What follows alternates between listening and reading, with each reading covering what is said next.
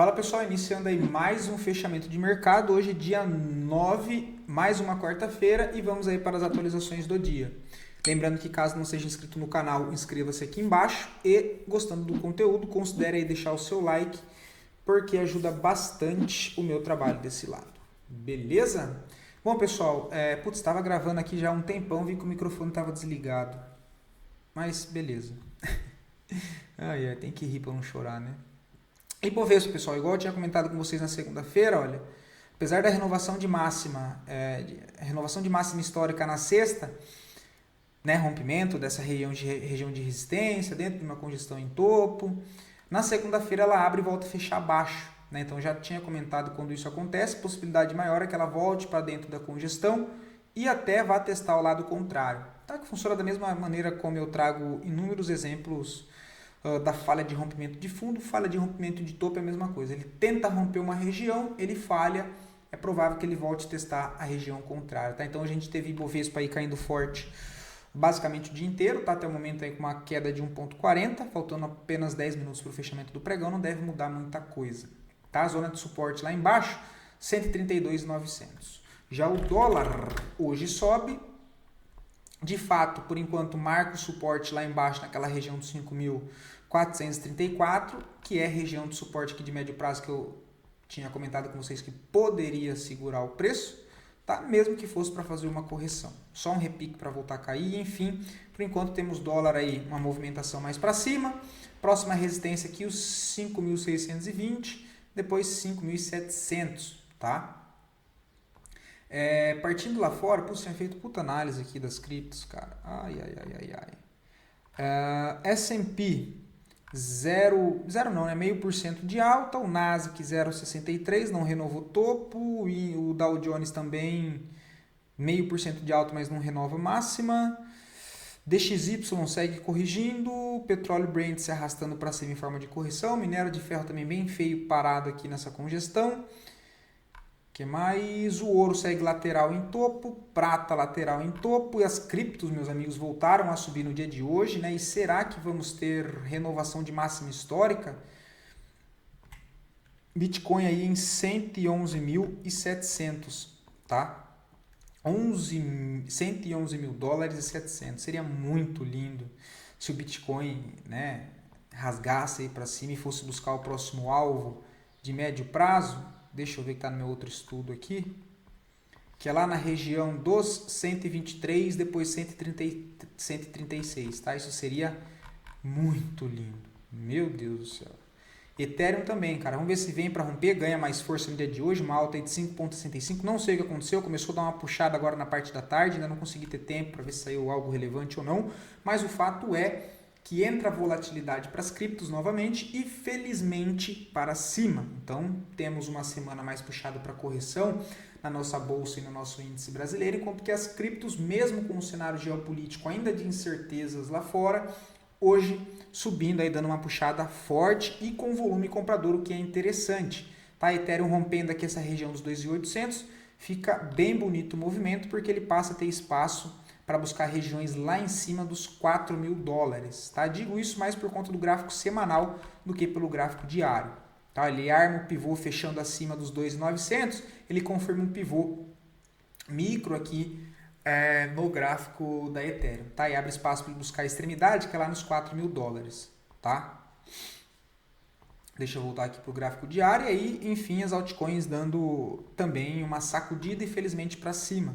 Né? AVE 3,5%, MakerDAO 1,87%, Uniswap 9,5%, Avax 19 dólares, Polkadot também em região de suporte interessante lá embaixo, né? Olha, mas sobe com volume baixo, então sim, movimento bem fraco, tá? Confesso que eu estava esperando uma out-season antes de tudo isso, né? O SDT rapidinho, deixa eu só colocar aqui para não se perder. Esperando aí uma out-season e a parte de tomar risco da minha carteira de cripto tá ali bem naquele chora não molha, sabe? Chora não molha, porque a maioria das altcoins, tirando o link que eu peguei um pouco abaixo desse preço médio, Acho que meu preço médio em Link, putz, eu nem sei quanto é que tá, mas deve estar na casa ali de $8, talvez. Eu comprei há 2 anos atrás. Praticamente, né, chegou aí para 20, igual eu falei para vocês, de altcoin não mexi em nada. Então, uma carteira assim, cara, da minha parte, pelo menos de tomada de risco assim, nada de interessante, tá? Nada de interessante, ó. Chupando o dedo com as altcoin, nada. Mas enfim, por isso que eu falo, altcoin tem que ser a menor parte da carteira. Beleza? Porque a gente tem Bitcoin subindo bem, Ethereum decepcionou, mas ainda está subindo mais do que as outras altcoins, tá? Mas assim, quem ficou contando só com altcoin, né, e a maior parte da carteira, por exemplo, de altcoins, acabou se lascando, tá? Acabou se lascando. Eu se lasquei entre aspas por ter, eu não gosto da palavra apostar, né? Por ter criado carteira de altcoin, poucas, né? Tem 4 ou 5 ali talvez. Mas assim, nenhuma se movimentou nada assim, então, nossa, meu Deus do céu, né? Pelo risco que você toma em altcoin, assim, nada interessante, tá? Nada. Nada, nada, nada. A Link também puxa uma alta de 2,80. Próxima região de resistência aos 18. Se romper os 18 aqui, fica bem interessante, tá? Bom, só essa. E tem, vamos ver, Rune, né? Eu tinha comentado com vocês. Também essa daqui é outra. Que eu peguei um pouquinho, peguei pouquinha coisa dela aqui, talvez 50 token, acho, nessa região aqui de 1,60. O negócio chegou aí 1,17, né? Mas enfim, por enquanto também reagindo, mas nada de volume, tá? Nada de volume. Para ver se ela busca a região da extremidade lá em cima, olha. São esses pontos aí que eu estou buscando aqui, né? Se der zebra, ok, não vai me prejudicar em nada, mas se for lá em cima, dá algo legal, né? Pouca coisa, mas algo legal. A gente tá falando aí de... Eu não faço a mínima ideia se vai lá, tá, pessoal? Não faço a mínima ideia. O contexto, né, tem regiões para que caso ela entre numa tendência de alta, são os próximos pontos ali de atenção, mas não significa que ela vá. Tem aí 182 e 400% para cima. É que olhando para cripto, isso basicamente não é como se fosse uma ação subir 400%, né? Para cripto é, entre aspas, normal no movimento de alta. Por isso que em altcoins você toma um risco maior, mas quando vem o retorno ele é maior. Só que você tem que sempre olhar que a maior chance de dar errado é que daquele dinheiro seu pode virar zero, né? Se você monta uma carteira 50-50, por exemplo, você vai acabar se lascando. Agora, se você tem 80% da sua carteira bem montada, exemplo, Bitcoin e Ethereum, cara, se 20% der merda, tá de boa, né? Tá tranquilo, que é basicamente o meu caso, tá? Talvez 70% e 30% ali de altcoin, e as 30% de malha pior tá em algumas levemente positivo, algumas levemente negativo, assim, né? Se for contar o ano já que fazem 2 anos, basicamente com a inflação está no negativo, né? Enfim. Voltando para a nossa bolsa, tá, pessoal? A análise das 2 melhores performances do dia de hoje, em sequência das 2 piores performances e depois a análise é pedido de vocês. Lembrando que caso queiram ver análise de algum ativo, só solicitar aqui embaixo nos comentários que eu sempre trago análise para o dia seguinte. Show de bola? Então hoje tivemos aí um dia mais de realização nas ações da nossa bolsa, bastante ativos que estavam laterais em topo, perdendo região de fundo, tá?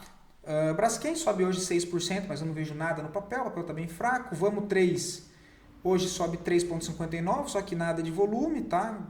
Não vejo nada ainda de interessante, vamos ver como é que vai ser feito amanhã. Por intraday talvez tenha alguma coisa, mas não estou afim de tomar risco no gráfico diário aqui ainda não, tá? Bolsa muito fraca essa semana, papéis aí corrigindo,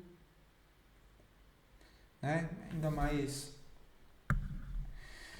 cauteloso. Já tomei aquele stop que eu comentei com vocês em VEG3, né? Tem mais 2 rolando, mas que também estão no negativo até o momento, essa semana, que são trades ali de correção, mas que pegou e ainda não andou. Mas assim, bolsa entrou agora aquela realização, tá? Já estava processo de correção lateral, agora que perde fundo, né? A expectativa é que comece a tocar os stops dos comprados, os stops aqui de gerenciamento de risco, isso acaba entrando mais pressão de venda, porque para zerar uma posição ou para fazer o gerenciamento de uma posição de compra encerrando ou fazendo parciais, você precisa vender, e se tem pessoas vendendo e tocando stops dos comprados que aumenta o fluxo de venda, isso acarreta em movimentações mais fortes para baixo. Beleza? REC V3 também cai forte, hoje cai 5,23, né? O papel já trabalha de certa maneira bem mais congestionado, né? Eu estava acompanhando o papel no início dessa semana para ver se ele segurava nessa região aqui, olha, para tentar uma retomada de alta, dada essa última puxada forte que ele deu aqui, né? Olha, 1, 2, 3, voltou para cá, tá vendo se entrava pressão compradora aqui, nada, pelo contrário, hoje entra pressão vendedora e joga o preço para baixo, perdendo esses fundos, tá? Papel bem fraco. SIM H3 não vejo nada, também realizando, e a maioria dos papéis muito parecida com o SIM H3, tá? Que são rompimentos falhos de topo, que vai muito em linha com o que eu venho falando com vocês há um mês e meio, do porquê está mais conservador, exatamente porque os papéis já vinham demonstrando ali mais fraqueza de movimento, dado a forte movimentação basicamente em 3, 4 meses seguidos em linha reta. Tá? Então a maioria dos papéis essa semana tentaram romper topo e acabaram falhando. Tá? Assim, H3 é uma delas, chega a romper esse ponto de resistência, não consegue sustentar, faz o pivôzinho de baixa, muito parecido com o índice Bovespa, né? Então o que ele faz? Tenta romper topo, não consegue, volta a testar onde? O fundo, que é o lado contrário dessa congestão aqui em topo. Tá? Foi o que eu expliquei lá no início do vídeo, referente ao Ibovespa. Não vejo nada para fazer.